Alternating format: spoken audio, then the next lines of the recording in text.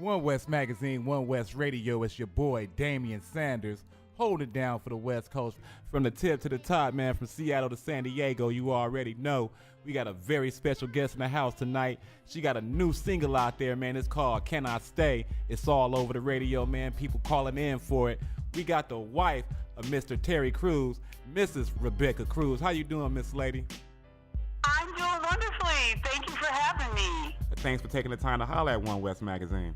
Oh, my pleasure. It's an awesome publication. I got to take a look at it. I met Darnell over there at the BET Awards, and he gave us a copy, and I just was thrilled to do an interview with you guys. Oh, thanks very much. We appreciate it. Now, you got this hot joint out there, this hot song, Can I Stay? Everybody's talking about it. Can you give us a scoop on that right there? What's going down? Well, this is a song I wrote, a while back. And it's just a jazzy, kind of inspirational song that I wrote. You know, my background is in the gospel industry. Okay. And I wrote this song just about, about an experience I had when I left the service one night, where I felt such a peace and a joy that I felt like I didn't want to leave the moment. I didn't want to leave the service, but more importantly, I didn't want to lose the sense of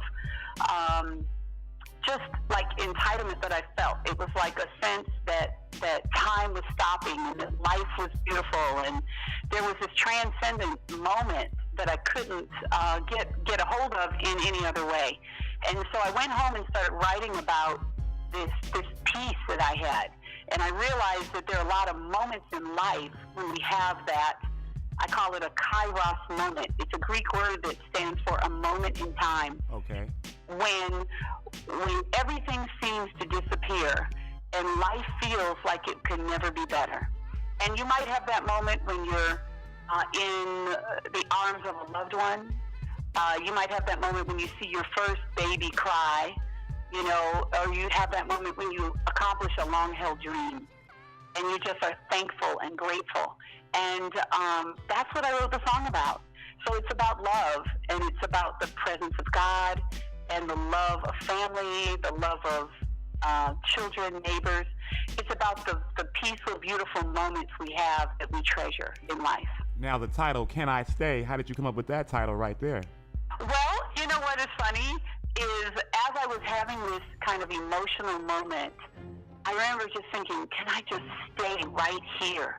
Could I just stay? And that just hit me. So when I get a song, okay, as a writer, you're like, what's the right word? You're channeling something, yes, right? It's coming through you as a writer. And what came to me while I was in the car was, can I stay here with you? Hey. And I couldn't get that melody out of my head. Can I stay here with you? And it just kept coming to me. And of course, I'm like a good songwriter. I went home and wrote it down. And then I started putting the melody around it and the lyrics around it. Like, when I'm in your presence, I can't breathe. You know, it started to just feel like the moment all over again. And I thought of the many different places that I've had that moment. So all those lyrics came about as I sat, put it together in my head. Okay, now who produced this joint right here? Well, actually, I produced the song. Believe it or not, I play keys. And okay. So I have a Phantom X8, and I produce my own songs. But I have a co-producer, and I have to give him the biggest shout out because he's the engineer. He's the bass and the beats. You know, I play the keys and I put the little violins and all that stuff. But I'm not the beat girl, right? So he brings the rhythm and the bass and the sound, and he's the engineer and the magic behind it. His name is Haskell Jackson, and he's with his company is called Genesoul Productions. And Haskell's a great guy. He's a Grammy-nominated producer. He worked with Tortilla Factory, worked with Raven Simone. He worked with Kanye West and his foundation, teaching kids in the inner city about the music business. Just a great guy, has a great business. And we've been friends a long time. Okay. And I called him up one day after I'd gotten about the third or fourth confirmation, like, girl, when are you going to do this music? And I just said, we got to do this. So we've been in the studio for a year working on the album. So there will be an album in the fall, but for now we're just putting out the first single because it has such a jazzy, summer, breezy vibe to it that we said we'll put that out for summer and then we'll let the album come out a little later. Okay, now can we expect a video for this joint coming soon as well? You know, I'm working on that. I do have a video, like an EPK, that we put together to talk about the song, but we have not yet done a full-length video. I have to get the right team, the right combination of people to release my vision, and it's going to be pricey. So since I'm producing everything myself, I'm taking my time a little bit. Okay, now, is this the first album that you've ever released before? It's not the first album I've ever done, but it's the first one that's launching like this one is, that's going out nationally. Okay. I have produced other projects and performed my own music live and made CDs, but it was always local. And so this is my first national project. Now, everybody knows about your hit reality show, The Family Cruise, that you produced that show as well. Yes. Now, tell us now, how did you get your feet wet producing television shows? You know what? I will tell you that I have a background in directing, okay? I was the lead choir director for local churches and music organizations throughout my hometown and throughout my college years. I always served as a director. In other words, if I was in the musical theater, I normally ended up being the choreographer and assisting the director with the visuals. And so there is a part of me that's like that head girl in charge, right? And so when I went to BET, oddly, I want to say this, I did not pitch my show to them. They actually approached us about the show. And once we got into discussions, I said, I absolutely have to have control. These are my children. And they said, we will give you that. And so they gave me that kind of control, and I tremendously respect them for that. And I was allowed to have a hand in every single part of the structure of the show from top to bottom. And I'm very proud of that because it kept us from being manipulated by maybe other people who didn't know us well enough to put the truth out there. But I want to say to their credit, this wonderful team of female producers was on hand, and they co-produced the show with us, and they made sure that we were represented accurately and beautifully and with our flaws, but not in a way that, you know, hurt us in the end, where we went back and said, oh, why did we do that? You know, it was a positive experience from top to bottom, and I feel like I could run my own show now because I see how I felt like I did run it, you know. Definitely did that. Now, once again, this is OneWest Magazine, OneWest Radio. We have the very talented Rebecca Cruz in the house. Now, tell us, I know everybody wants to know. Now, how did you guys' relationship come about with you and Terry? How did you guys meet? Wow, you know what? We were college sweethearts. We met back at Western Michigan University. I was an art and music and theater major. Husband was playing football. And he also, many people don't know, my husband's an artist. He's a tremendously gifted artist. And so we were both going to a church there in Kalamazoo, Michigan. And I was their music pastor. I was up there playing the keys and like handling the singers. And he came in on a Wednesday night and was like, who is that chick on the keyboard? And he's like, oh, she got a baby. Oh, I can't step to her. You know, he thought I was married. Because my little girl, I know if you've watched the show, you know I have a daughter, is just a little older than the length of our marriage. She's 27. And he was of the opinion that maybe I was the preacher's wife or the bishop's wife because I was, you know, sitting there dressed up, playing the keyboard, amen and everything. You know, he's like, who is she? You know, and he said finally when he met me, because we had a mutual friend, he realized that I was not married. And he was like, oh, I like her, but, you know, she's grown. You know, she's a real grown woman. And he's a little younger than me. I don't know if people know that, but so he was a little intimidated. But we went on a few dates, and, you know, we got married a year and a half later. The rest is history from there. It is. 25 years deep. What? July 29th is 25, my silver anniversary. I'm like, congratulations wow, on that. Congratulations on 25 blessed years. Yes, very, very blessed. He's a better man than he was when I married him. I thank God I hung in there and got the good, because he was young and silly back in the day, but he was always in love with some Rebecca. I'm telling you now. Hey, we all are, man. Shouts out to the women that put up with us. Right, it's truth. It's the truth. Now, what motivates you as an artist every day to keep it going? Oh, wow. My fans. I have amazing fans. The women and young men too. I discovered I have a lot more male fans than I realized. They are so encouraging. They write me and they tweet me and tell me, Rebecca, we can't wait to hear your project. We loved your show. We wish your show was back on. We want to see you on the talk circuit. We want to see you doing all the things. And they're always hitting me up like, when are you going to do this? When are you going to do that?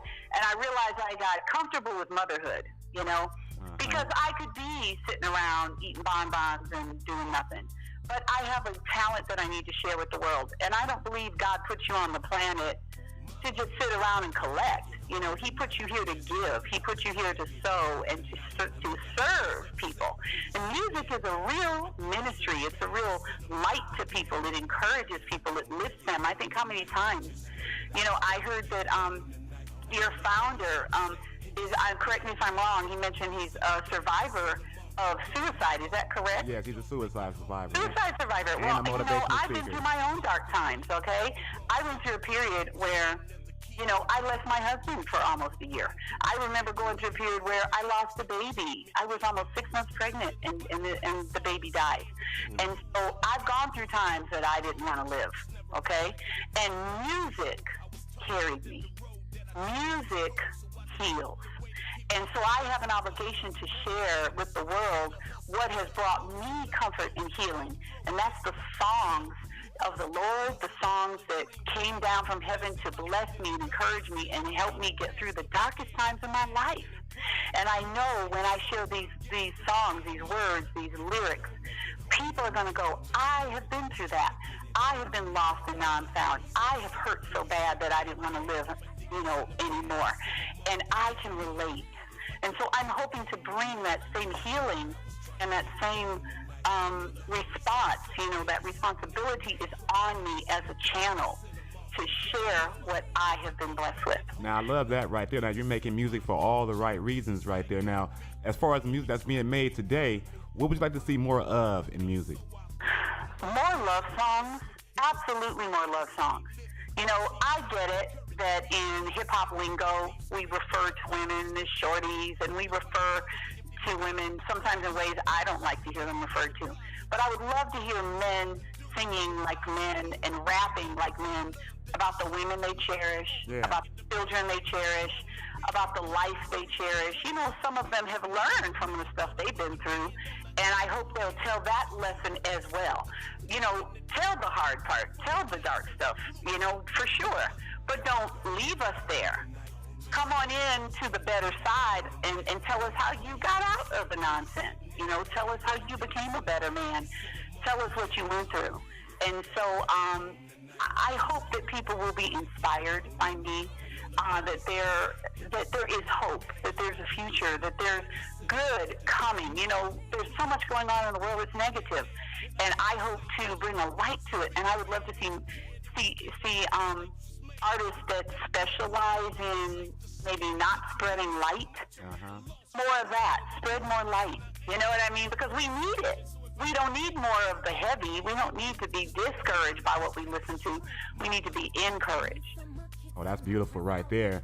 Now, I know you mentioned earlier that you had a background in the church with your music and whatnot. Now, who would you say were some of your inspirations, that you listened to early on that made you want to be an artist? There's so many, but one, I will tell you, the Clark Sisters. Okay. I was a Clark Sister fan. One of my first singles I ever learned how to play on the piano and perform in church was I'm looking for a miracle. I expect the impossible.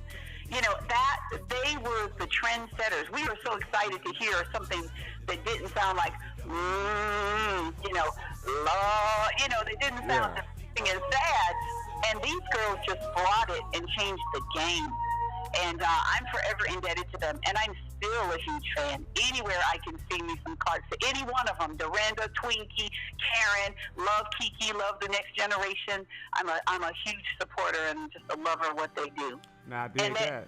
Yeah. Now that you're still receiving critical acclaim for your television series, is there any more productions in the works in the future? At the time, I don't see that, and I'll tell you why. Because husband is so hardworking he is always out there doing a commercial, a TV program. He's on 3 different setups right now. Now, I'm not going to say we'll never do it. Yeah. I think it'll have to be the right timing because there's so much going on that I couldn't get the man for 10 weeks to come shoot with us because he's in lockdown with Millionaire right now. You know, he's shooting Who Wants to Be a Millionaire. He's the new host. And then he also has the sitcom, Golden Globe winning sitcom, Brooklyn Nine-Nine. So he's very active as an actor. And so reality was not really where he was trying to go. It was kind of a happy medium there where he had time to shoot the show, and so we did it, and it was a lot of fun. But I think that as a whole, he wasn't going to make a living doing reality. Yeah. You know what I mean? It just wasn't going to be, enough money for one thing. And then it's only like a 10-week period that we shoot that, okay? And so it would have to have been perfect in its outcome and its timing, and it just was not. We had done 2 years with BET, and we're ready to do a third, but then Terry got this deal to do CBS's show, Are We There Yet? So when they're shooting, basically they have first position. So for BET to come in, there was really no way for them to do that because he had to be on set with the other show. And so to that end, we just kind of ended up having to walk away. And of course, they had to walk away because we just were not available. And if the star of your show is doing something else, there's just no way to do both, if that makes sense. Because the shooting schedule is demanding. I mean, they were at our home like an average of 10 hours a day, okay? So it's not like he could go shoot his show, come back and come shoot with us. It just wasn't possible. And so I would love for us to do more family crews. Yeah. But I have